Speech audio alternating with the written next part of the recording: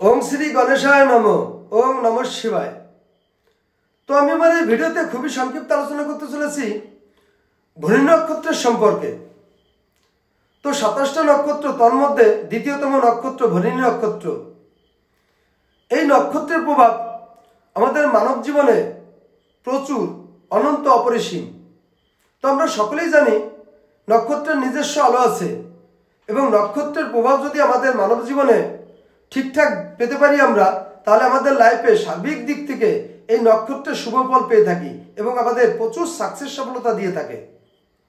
তো এই ভরণী নক্ষত্রের জাতক জাতিক এদের লাইফে এই নক্ষত্র থেকে কি শুভ ফল পেয়ে থাকে সেই সম্পর্কে আমি আমার এই ভিডিওতে খুবই সংক্ষিপ্ত আলোচনা করতে চলেছি। এই ভরণী নক্ষত্রের জাতক জাতিক জন্মের এরা সাধারণত মনীষী হয়ে থাকে। এছাড়া এই ভরণী নক্ষত্রের জাতক জাতিক এরা দীর্ঘায়ু যুক্ত হয়ে থাকে এবং শিক্ষাবিদ্যা প্রতিষ্ঠায় এরা লাইফে প্রচুর সাকসেস সফলতা পেয়ে থাকে। তো এই ভরণী নক্ষত্রের জাতক জাতিক এরা সাধারণত দাতা হয়ে থাকে। এছাড়া এই ভরণী নক্ষত্রের জাতক জাতিক এরা নিরুদ্দেয়ী হয়ে থাকে। এই ভরণী নক্ষত্রের জাতক জাতিক এরা সাধারণত পবিত্র এবং সত্যবাদী হয়ে থাকে।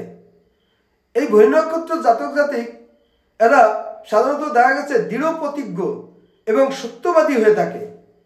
এছাড়া এই ভরণী নক্ষত্রের জাতক জাতিক এরা সার্বিক দিক থেকে লাইফে প্রচুর সাকসেস সফলতা পেয়ে থাকে। তো এই ছিল আমার ভরণী নক্ষত্র সম্পর্কে সংক্ষিপ্ত আলোচনা। নমস্কার।